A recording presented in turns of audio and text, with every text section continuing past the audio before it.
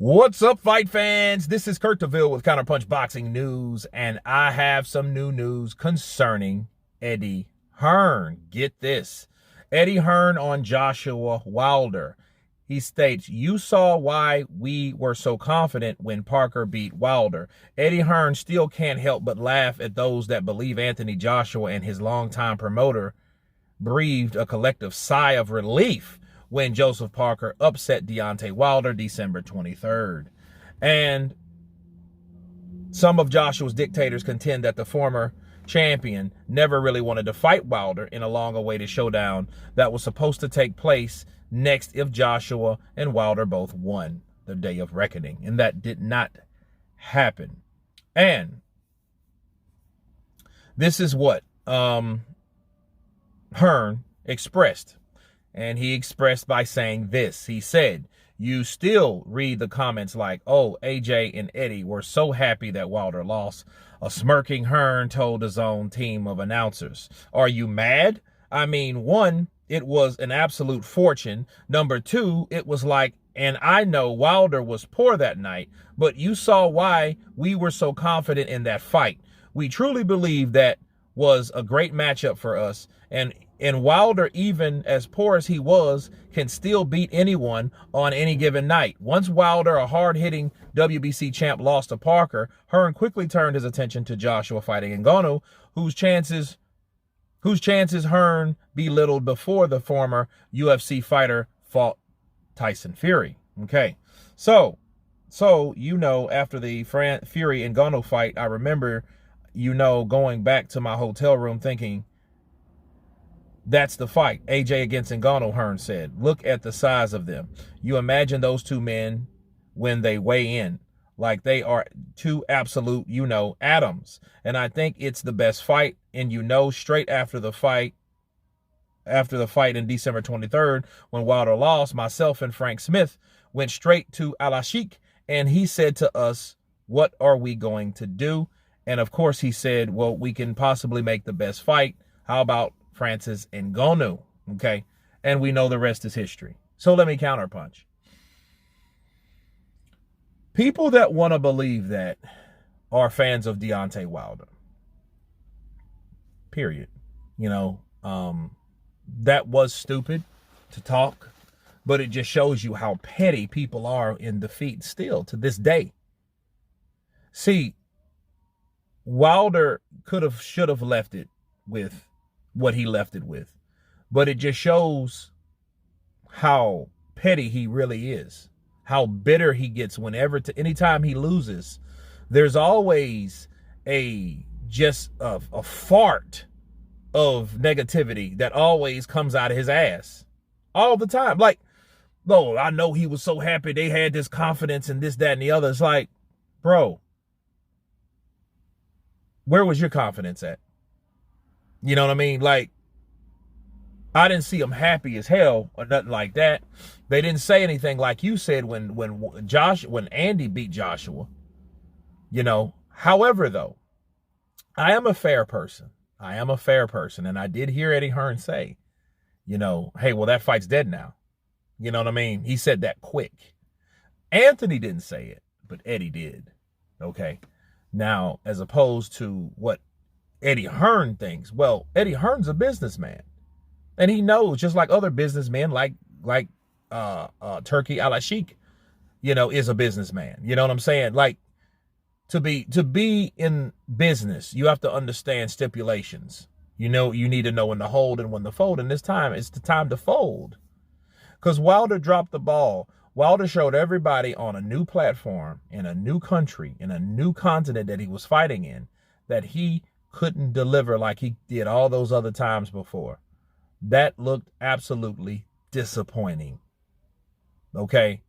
So the business decision to do after that is sure. Now, it's not to go forward and fight who you were planning to fight. Why would they reward you with that? That is not even a good business decision. In business, he knows, okay, you need to take a step back before you take another step forward. Okay, that's what Wilder needs to do.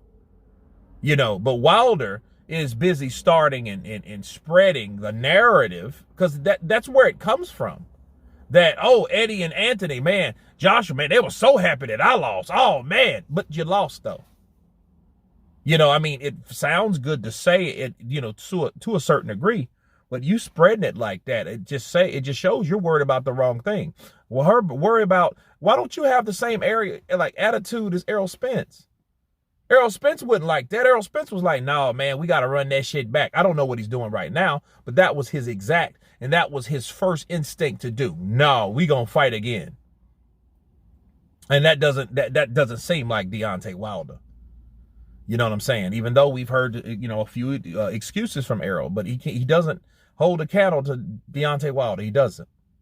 You know, his PBC Al Heyman brother over there, he doesn't hold a candle to anything like that. And it's sad because it's like, okay, Wilder, things like that you worried about, things like that you pondered on, or, you know, let run through your mind, distract you from getting the job done, is the reason why you're not fighting Anthony Joshua. Then everything that you claim that those guys wanted to do, you could at least act on it or see if that was going to come. See, Wilder has always been in the same position he's always been at. He's never been he's never put himself or allowed certain things to happen to see what happens. He's never done that. Okay, he's never done that. You see what I mean? That's the only problem with him. For example, you don't believe me? Look at 2018. See, in 2018, oh, that's slave wages, but they're dodging. I know they scared. Okay, if somebody offers you $12 million, and then this is what kills me about Wilder fans, you guys will defend that shit and then say in the same breath, oh, AJ's scared. Well, if a guy offered you $12 million, motherfucker, and you don't take it, why are you talking about how scared a fighter is? That's the first thing I thought about when Wilder started. I heard Wilder popping shit off. When he started talking about what AJ didn't like, what he don't want to do, but then the same guy that don't want to fight you offers you $12.5 million. Okay, and that's $500,000 less than what Vladimir Klitschko got for fighting him. I call bullshit. Okay, so maybe or maybe not he wanted to fight AJ or not, but I think the whole thing is, if you're so good at talking, because at this point, there's nothing you can do but talk. So it seems like to me, you're just good at talking. You're just good at revving everything up and spreading narratives to allow this certain reality or story to be believed by so many that can be deceived by so many. Okay, that's all that you're doing, because what you're saying is not helping anybody. You're not fighting Parker. You're not fighting Joshua. You're not fighting Zhang. You're not fighting any of these guys that people want you to fight. So who are you going to fight? And if you don't fight anybody, you're just left talking, because that's where it started from. And Eddie's right. They did miss out on a lot of money, and they needed somebody to save the day. And Francis Ngannou was the guy to do that. He was the replacement for Deontay Wilder, because Deontay Wilder fell from grace. He dropped the ball. All that shit he talked about, how good and how much shape he's in and what he's able to do and what he's willing to do. He's hungry. This guy's scared, and I know they don't want to fight me. And he was saying that shit before the fight. He was saying that before the fight and not acknowledging that he signed a contract to the man that he claims that's still afraid of him. And I'm to the point like, Wilder, when is something going to be enough? When are you going to give that shit up? You're milking that to the bone, brother. That, oh, Joshua's scared of me shit. He's offering me all these offers, but he's still scared though. He's still scared of me, but he's offering me $100 million. Are you still scared? He turned down the 50 though. Yeah, he turned the 50 down. You know what I mean? And I'm like, okay, when are you going to give that shit up?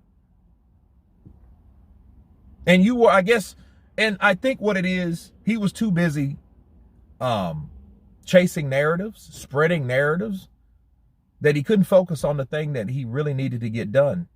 But then the question is, if these were all narrative and lies, and he didn't, hear me out, he didn't want to really fight Joshua.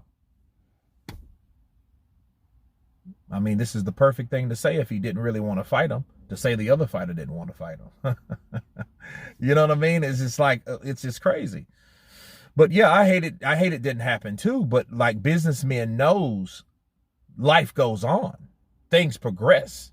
You know, the world didn't surround, and he should understand this and be humbled by this fact, Wilder.